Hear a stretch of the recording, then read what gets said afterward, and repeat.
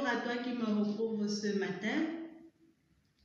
J'espère que vous allez tous bien et que vous êtes prêts pour ce nouveau moment d'échange et de partage.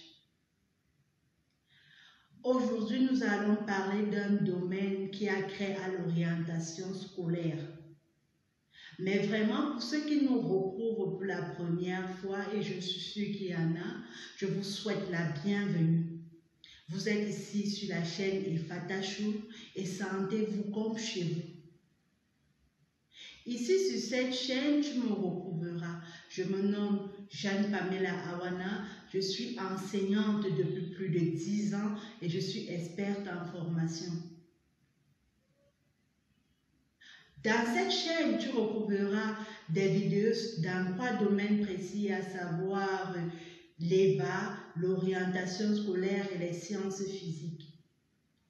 Nous invitons donc tous ceux qui veulent se joindre à l'aventure à nous retrouver régulièrement, hebdomadairement, chaque semaine. Nous créons des moments d'échange au cours desquels on peut discuter. Sache que mon but est vraiment de t'accompagner dans ta formation scolaire, professionnelle et sociale. Je sais que toi-même, tu as la base sur plusieurs choses. Je suis juste là pour te donner des outils pour mieux t'en sortir. Aujourd'hui, nous allons parler d'un thème particulier, à savoir les 4 acteurs qui participent à ton orientation scolaire. Quels sont les 4 principaux acteurs vraiment qui participent et qui interviennent dans ton orientation scolaire? J'espère que tu es prêt pour cette aventure. C'est parti.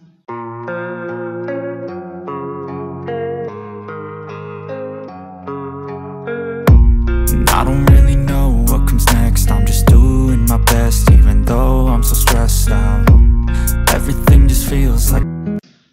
Pour ceux qui viennent de nous retrouver pour la première fois, je vous propose vraiment de regarder les vidéos sur la définition de l'orientation scolaire et le but de l'orientation scolaire pour ne pas être déphasé. Mais vraiment de manière simplifiée, on peut dire que l'orientation scolaire est en fait une réflexion qu'une personne fait sur le cheminement ou sur le choix du cheminement scolaire et professionnel qu'il souhaite entreprendre pour réaliser ses rêves, pour réaliser ses ambitions. Et ce cheminement, en fait, va dépendre de vraiment sa personnalité, ça va dépendre de ses intérêts, ça va dépendre de ses aptitudes, ça va dépendre de ses potentialités, des potentialités en même temps financières, intellectuelles ou alors humaines. Ça va également dépendre du marché du travail. Car, comme on l'a dit la dernière fois, le but des études aujourd'hui n'est plus de fréquenter pour avoir des diplômes, pour le prestige que les diplômes proposent, mais le but des études aujourd'hui, c'est de pouvoir avoir un emploi. Que ce soit dans le domaine privé, dans le domaine public, privé ou alors dans le domaine de l'entrepreneuriat. Comme je l'ai dit, il faut être ouvert. Mais revenons vraiment à notre sujet d'aujourd'hui. Quels sont les 4 principaux acteurs qui, selon toi, interviennent dans ton orientation? Tu as une idée? Je te laisse un peu cogiter, histoire un peu de m'amuser. Écris rapidement les 4 personnes qui interviennent selon toi. Et puis on verra ensemble si tu es dans le vrai ou le faux. Allez, c'est parti. Je te laisse 5 secondes. 1, 2, 3, 4, 5. Ok, les 4 principaux acteurs qui interviennent dans ton orientation scolaire sont toi-même. Eh oui, tu es étonné. Voilà vraiment la première fois où tu peux être l'acteur principal.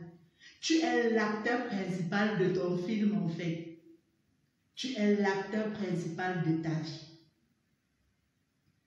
Ensuite, le deuxième acteur, le deuxième acteur, c'est vraiment tes parents. Il faut savoir que tes parents ont un rôle important dans ta vie scolaire et professionnelle. Ensuite, tu as auprès de toi des experts de l'orientation.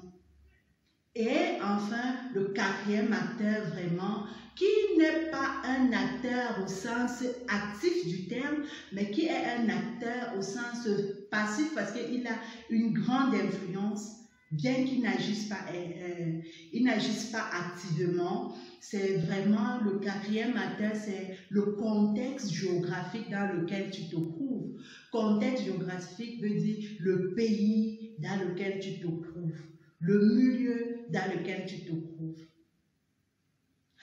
Tu restes avec moi tout à l'heure par rapport à ces différents acteurs. Je te donnerai vraiment très brièvement leur rôle dans ton orientation scolaire, et si tu vas approfondir les choses, je te dirai comment faire pour y arriver. On se retrouve juste après.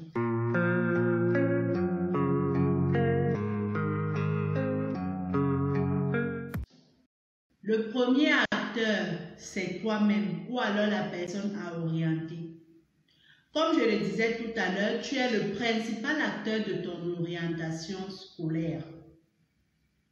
L'orientation scolaire est donc là pour t'aider à établir, à tracer un plan de vie scolaire que tu vas implémenter, que tu vas mettre en œuvre pour atteindre tes objectifs et ta vision professionnelle future.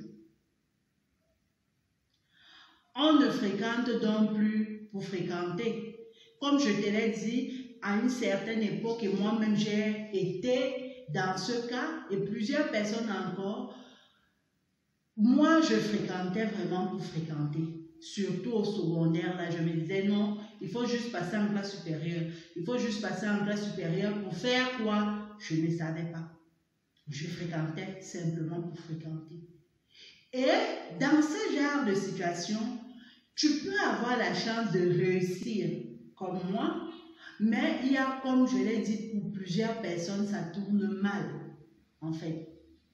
Donc, Dieu a permis que le chemin que je suivais converge plus ou moins vers ma destinée ou vers ce que j'aimais ou alors vers les objectifs professionnels qui pouvaient me permettre de m'épanouir. Mais vraiment, il faut savoir que l'orientation scolaire est là en fait aussi pour te guider sur comment procéder si tu veux atteindre des objectifs, comment procéder pour atteindre les objectifs vraiment que tu t'es fixés et comment les réaliser. Il est donc très important de savoir que tu es au centre de ton orientation. Plusieurs enfants vraiment arrivent jusqu'en terminale sans savoir ce qu'ils veulent faire. Ce n'est pas normal. Ce n'est pas normal en fait. Les parents se retrouvent en train de prendre le rôle principal de l'orientation scolaire de leurs enfants. Or, cette orientation scolaire, il faut savoir que c'est toi qui devras l'implémenter. C'est toi qui devras réaliser, faire en sorte que tout cela se réalise. Et si toi-même tu n'es pas à l'aise avec ça, il y a de fortes chances que cela échoue. Et il faut savoir que la réussite ou l'échec de ton orientation scolaire aura un impact décisif sur ta vie. Ça peut te permettre, ça aura un impact décisif sur ton équilibre, sur ta stabilité, sur ton épanouissement en tant que personne, sur ton avenir même financier. Donc ce n'est pas quelque chose sur lequel tu dois t'amuser. Ce n'est pas quelque chose que tu dois mettre de côté. C'est quelque chose vraiment, c'est un plan vraiment à mettre sur pied, déjà comme je le disais, dès la 5e, dès la 4e. Parce que quand tu fréquentes, tout ce que tu feras sera pour atteindre un objectif que tu t'es fixé. Ce n'est pas que tu fréquentes et après tu réfléchis que bon, j'ai fréquenté pour faire quoi. Non, tu fréquentes déjà dans le but d'atteindre quelque chose. Tu fréquentes déjà dans le but d'atteindre un objectif. Tu fréquentes parce que tu as un rêve, parce que tu as une ambition. Si tu veux vraiment, peut-être tu as des difficultés à savoir comment établir ton plan de vie professionnelle et scolaire, je te propose de t'accompagner sur la plateforme Google Classroom mise sur pied par Ifatachou. Et là-bas, je pourrais te proposer plusieurs autres vidéos, mais également, je pourrais en fait aussi te proposer un accompagnement personnalisé pour que toi-même, progressivement, tu puisses établir ton plan de vie et que ce plan de vie soit vraiment en corrélation avec tes potentialités, avec tes aptitudes et que tu aies toutes les chances de réussir ta vie professionnelle future. Je t'attends dans ce cadre-là. Et n'hésite surtout pas, en cas de besoin, je suis là pour toi.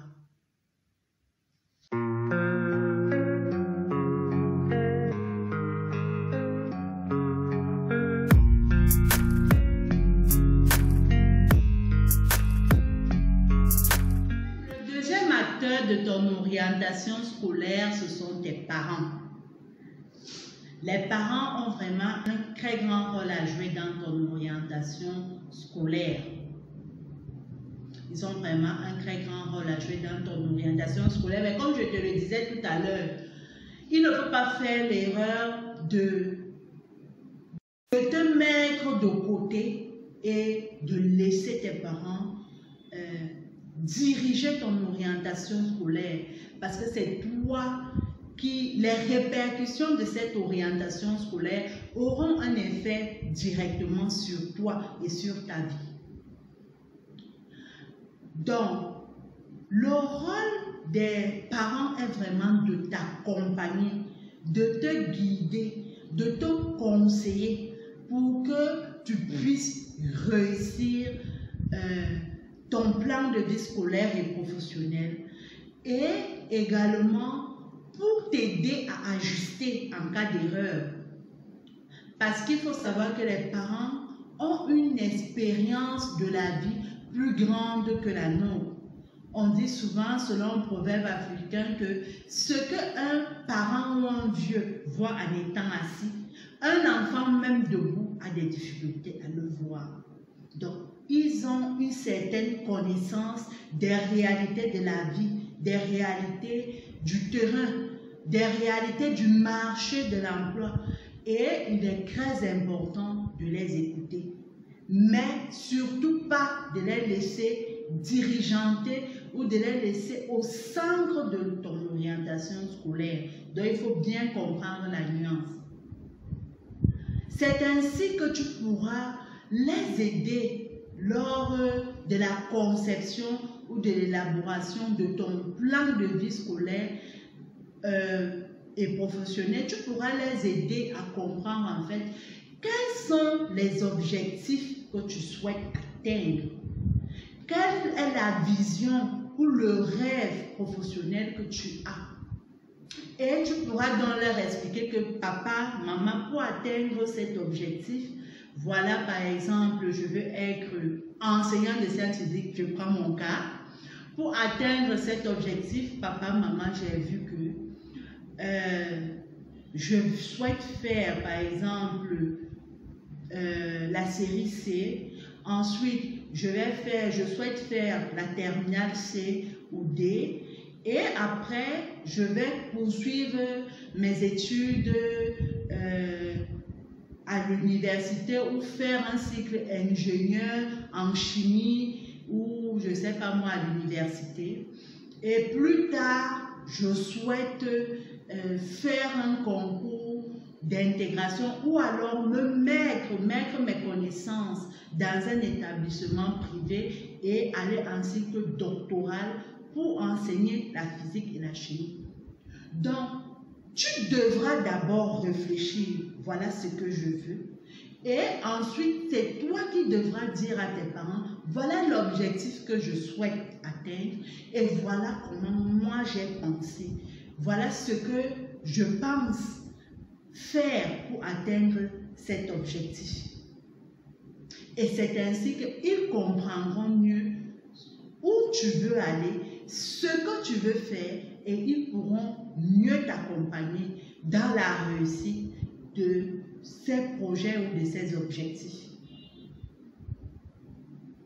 Et il faut savoir que la vie n'est pas un long fleuve tranquille. Par rapport à tes objectifs, il y aura des moments où tu échoueras parce que la vie est faite d'échecs. Il y aura des moments où tu seras en train de vouloir te décourager. Il y aura des moments où tu ne croiras plus à ces rêves-là, à l'atteinte de ces rêves. Et vraiment, tu devras compter sur toi-même, mais tu devras également compter sur tes parents qui seront là pour te remonter le moral, qui seront là pour te dire non, ne baisse pas les bras, vas-y, ne te décourage pas, c'est pas facile, vas-y. Et s'ils ne comprennent pas, ils verront simplement cet échec-là. Ils ne verront pas tout ce long cheminement que tu as encore à faire en fait. Donc il faut vraiment qu'ils comprennent et que tu saches vraiment que tes parents sont tes alliés principaux dans ton plan de vie scolaire et professionnel. Donc les conseils même qu'ils te donneront te permettront d'ajuster. À certains moments, tu vas te rendre compte, ils vont à partir des questions ou à partir de leur expérience de vie, ils vont te donner des conseils, ils vont te guider et ainsi tu pourras te rendre compte par exemple que tu étais dans le faux ou le plan que tu avais fait, le plan scolaire que tu avais fait n'était pas bien réalisé et tu pourras ajuster et c'est comme ça que ce plan sera riche et ça te donnera plus d'opportunités de réussir cet objectif, de réussir ta vision professionnelle future. Ensuite, il faut savoir que les parents sont les premiers pourvoyeurs de fonds pour te permettre d'implémenter ce plan de vie-là, ce plan de vie scolaire et professionnelle. C'est eux qui devront payer tes études, que ce soit au lycée, au collège, au lycée, à l'université, qui devront t'accompagner lorsque tu feras des stages professionnels. Donc, il est important qu'ils comprennent pour savoir dans quoi ils se lancent, pour commencer à prévenir. Si, par exemple, tu veux faire des études d'ingénieur, supposons que dans le pays où tu te trouves, il n'y a pas ce cycle d'ingénierie, ils doivent déjà savoir que notre enfant, en terminale, comme il veut faire son cycle d'ingénieur, ce cycle d'ingénieur se trouve dans tel pays et nous devons être capables de financer ça. Et ça va leur permettre d'anticiper, de voir déjà comment économiser pour t'aider à atteindre cet objectif. Et pour éviter qu'à un certain moment, quand tu arrives en terminale, quand tu as reçu ton bac, quand maintenant tu dis à tes parents, je vais faire ça, ils te disent, je n'ai pas de moyens. Parce que tu les prends sur le fait accompli. Ils ne sont pas prêts. Ils ne sont pas prêts. Et plusieurs comme ça se sont retrouvés en train d'en vouloir à leurs parents ou d'aller dans des chemins qu'ils n'avaient pas tracés à cause de ce problème-là. C'est tout simplement que tu n'as pas permis à tes parents d'anticiper sur ce que tu voulais faire. Deuxième chose, c'est vraiment qu'il faut savoir que tes parents également, lorsqu'ils sont au courant de ça, ça leur permet aussi d'adhérer, d'avoir de l'adhésion par rapport à ton projet, de se préparer psychologiquement aussi par rapport à cela. Et la troisième chose, c'est que en fonction de ce que tu décideras, si tes parents n'ont pas, parce qu'il peut arriver que tes parents n'ont vraiment pas des moyens financiers, ils te diront, oui, par rapport au projet de vie ou alors par rapport aux objectifs que tu t'es fixés, nous avons des difficultés financières à atteindre ces objectifs. Financièrement, nous ne sommes pas assis pour t'accompagner dedans. Il te reviendra donc trois possibilités. Soit tu travailles dur à l'école pour obtenir des bourses, soit également tu décides de les accompagner. Ça veut dire il y a des gens qui font 2 boulots, en plus de leur étude, il fait un ou deux emplois pour avoir un peu d'argent pour les soutenir. Ou alors, dans le troisième cas, si vraiment il n'y a pas cet argent, ça te permettra déjà, dès la classe de 3e, 4e, seconde, au plus tard première, savoir que tes parents n'ont pas l'argent pour atteindre cet objectif que tu t'es fixé, et ainsi tu pourras ajuster. Ça veut dire que tu pourras décider de passer à un plan B, de changer de vision professionnelle pour pouvoir répondre, pour que ta nouvelle orientation puisse réellement répondre aux possibilités financières de tes parents. J'espère que j'ai pu ainsi t'aider à comprendre le rôle des parents dans ton...